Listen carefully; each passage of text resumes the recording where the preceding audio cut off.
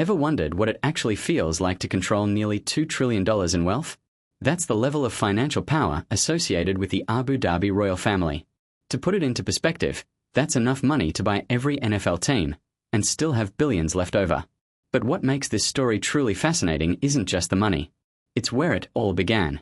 Not long ago, their ancestors were desert nomads, moving across endless stretches of sand with camels, surviving in one of the harshest environments on Earth. Fast forward to today, and they're flying in gold-plated jets, owning global assets, and shaping entire industries. It's not just a rise, it's one of the most dramatic transformations in modern history. Let's take a closer look at how the Al Nahyan family went from desert survival to global dominance. This isn't your typical rags to riches narrative. It feels more like a complete reset of reality. Decades ago, their daily life revolved around livestock, trade, and the rhythm of the desert. Wealth, in the modern sense, wasn't even part of the equation. Then everything changed. The discovery of oil transformed not just their fortunes, but the entire region. It was like flipping a switch. Almost overnight, the foundations of their world shifted, turning natural resources into unimaginable financial power. That shift didn't just bring money, it brought opportunity on a global scale. What's remarkable is how quickly they adapted. Instead of simply enjoying their wealth, they began building systems, infrastructure, and investments that would multiply it. They didn't just become rich, they became strategic. And that strategy is what separates them from most wealthy families around the world. Now let's talk about one of the most visible symbols of that wealth, their car collection. This isn't just a garage filled with expensive vehicles.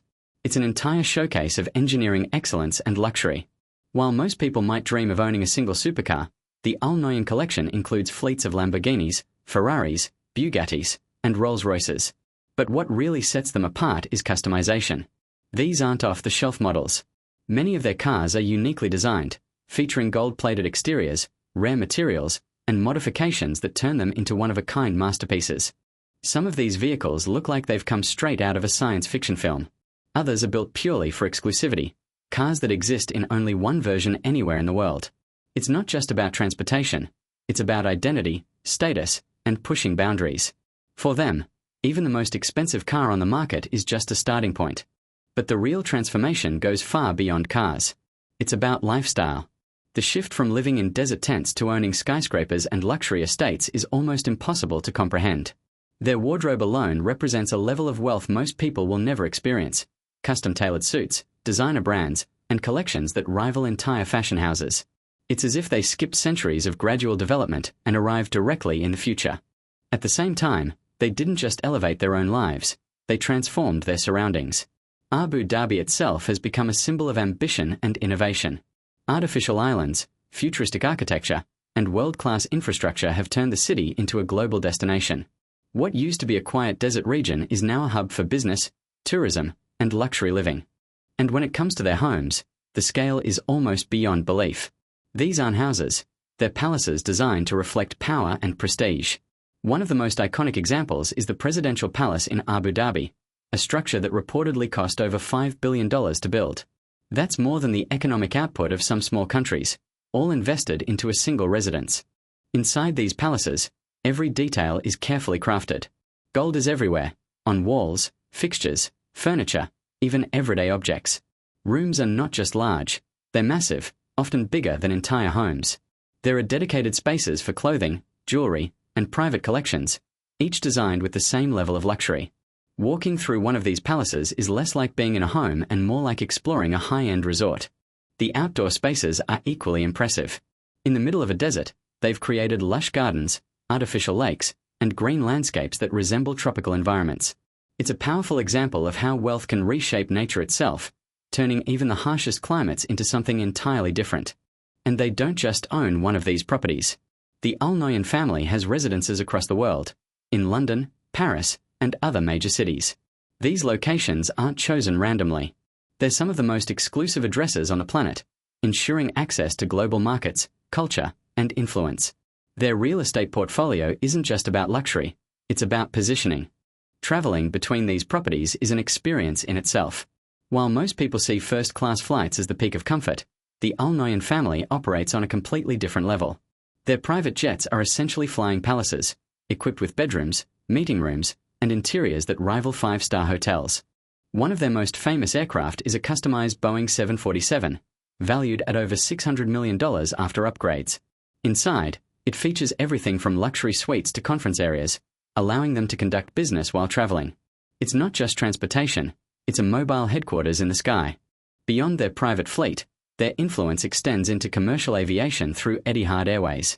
Known for its premium services, the airline reflects their commitment to luxury and innovation, offering experiences that go far beyond traditional air travel. And then there's life at sea. Their yachts are not just large, they're extraordinary. These vessels are designed to function as floating cities, complete with multiple decks, swimming pools, helipads, and advanced security systems.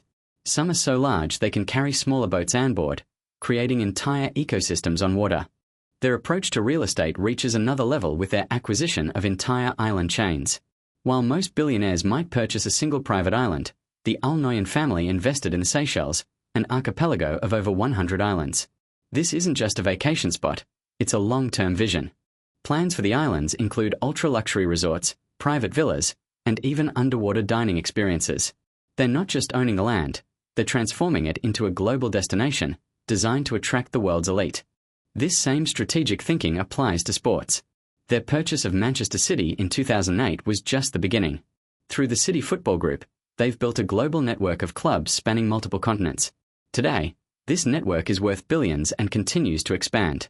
Their investments have reshaped football, introducing new technologies, infrastructure, and management strategies.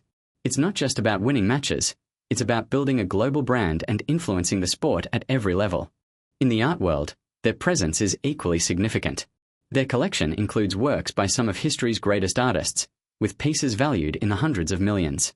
One of the most notable acquisitions is Leonardo da Vinci's Silverto Mundi, the most expensive painting ever sold.